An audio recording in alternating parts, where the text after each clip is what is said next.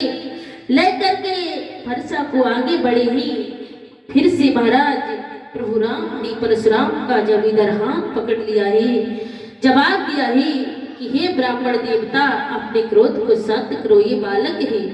जवाब दिया है, बार बार यही कहते हो ये बालक है, ये बालक है, लेकिन ये ऐसी ऐसी बातें कहता है, इसे शर्म नहीं आती। तो जैसे ही महाराज इस प्रकार से प्रभु राम परशुराम के क्रोध को शांत करते हैं, इधर जैसे ही महाराज क्रोध को शांत करते हैं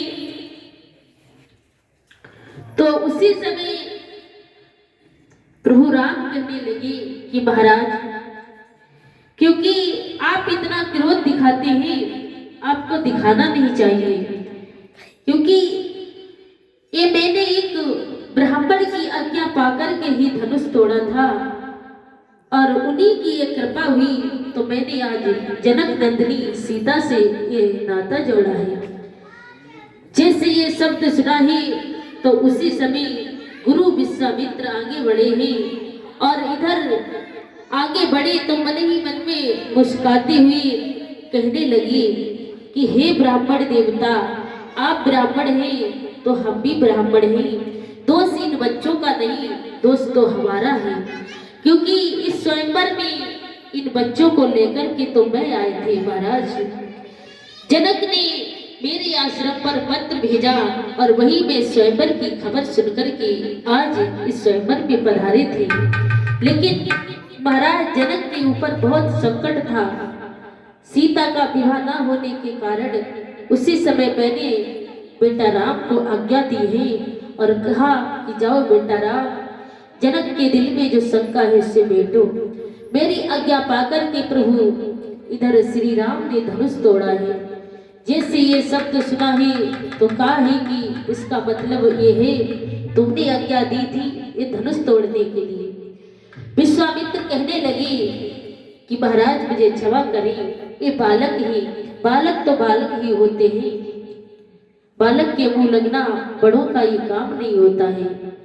इस प्रकार से समझाते हैं। आगे इधर विश्वामित्र कहने लगे कि महाराज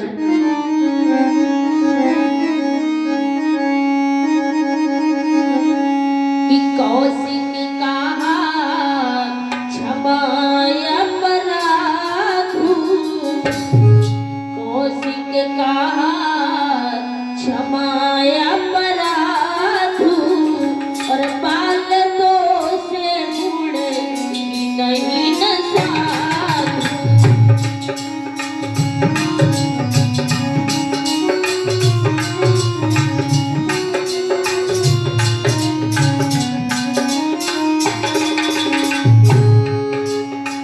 विश्वामित्र बार बार निवेदन करते हैं महाराज अपने क्रोध को शांत करो, ये तुम्हें क्रोध नहीं दिखाना चाहिए इस प्रकार से।